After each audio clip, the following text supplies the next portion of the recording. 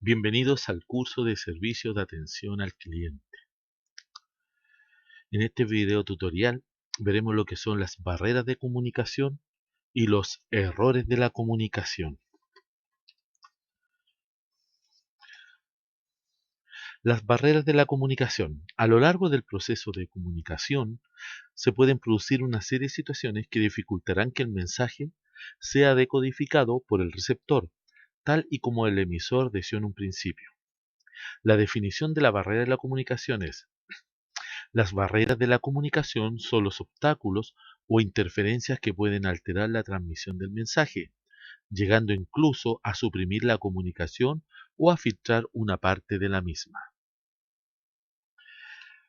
El primer tipo de obstáculo con el que nos encontramos son las barreras físicas, como por ejemplo los ruidos, dificultades de sonido, interferencias telefónicas, cortes de la línea telefónica, cortes de internet, iluminación o temperatura ambiente deficiente, etc. Más problemáticas son las barreras mentales que surgen de los valores, experiencias, conocimiento, perjuicios, etc., del emisor y del receptor, que funcionan como verdaderos filtros, por lo que resulta necesario buscar medidas de control para conseguir que la comunicación sea efectiva y no se distorsione ni el sentido ni la interpretación del mensaje.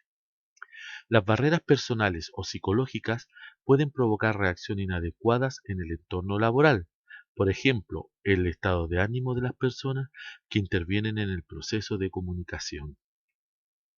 Es necesario contemplar también las barreras semánticas, que provienen de las limitaciones del idioma o signos empleados. Para evitarlas deben emitirse mensajes sencillos, fáciles de comprender y que no den lugar a interpretaciones. Y no podemos olvidar las barreras provenientes de la percepción que cada persona tiene respecto al resto del grupo. Por ejemplo, de su ámbito laboral, muchos factores pueden modificar la percepción, como los que vamos a ver ahora. Efecto halo. El efecto de la percepción es: el receptor está influido por un rasgo personal del emisor, apariencia, inteligencia, estatus, etc., creando un perjuicio que puede condicionar la comunicación, provocando interpretaciones erróneas de los mensajes. Por ejemplo, si una persona es inteligente, tendemos a valorar positivamente todas las demás características. La otra es la percepción selectiva. El efecto de la percepción es un proceso de comunicación que puede que no se pueda asimilar toda la información, por lo que solo se recordarán los mensajes que más hayan impactado o llamado la atención. Por ejemplo, suelen recordarse mejor en los mensajes iniciales y finales, mientras que los intermedios, para recordarlos, deben ser muy impactantes. A veces solo se recuerdan aquellos que se quieren oír. La otra barrera es la de proyección. El emisor atribuye sus pensamientos, ideas, características y defectos al receptor o receptores, es decir, proyecta su personalidad en los demás, por lo que se puede desvirtuar el mensaje al no tener en cuenta la personalidad propia del receptor. Por ejemplo, en una entrevista de trabajo, el efecto proyección del seleccionador le llevaría a sobrevalorar a los candidatos o aspectos concretos de estos por coincidir con su propia forma de pensar.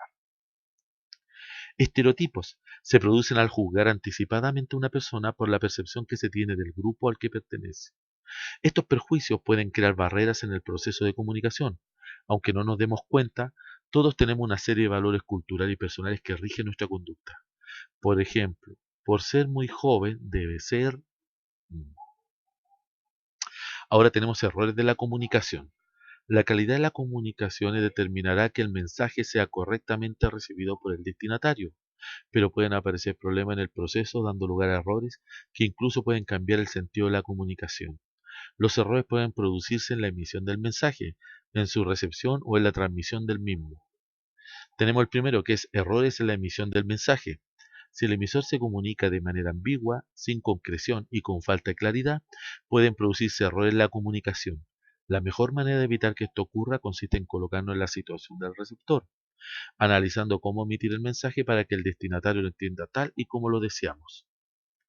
Errores en la recepción del mensaje. Cuando el receptor entiende algo distinto de lo que el emisor quiso transmitir, bien por circunstancias personales o por circunstancias ambientales, para que esto no ocurra se debe practicar la escucha activa. Esto es, que el receptor escuche, pregunte y resuma en voz alta para comprobar que capta el mensaje tal y como pretendía el receptor. Y por último, errores en la transmisión del mensaje. Se producen por causas no imputables ni al emisor ni al receptor, sino a otros elementos o medios utilizados para la transmisión del mensaje, como el canal o el propio código, cuyo principal problema es que lo conozcan correctamente el emisor o receptor, o en el mensaje, ya que puede que sea demasiado largo o excesivamente breve, o sea que resulte difícil de entender por cualquier motivo. Muchas gracias, nos vemos en un próximo video tutorial.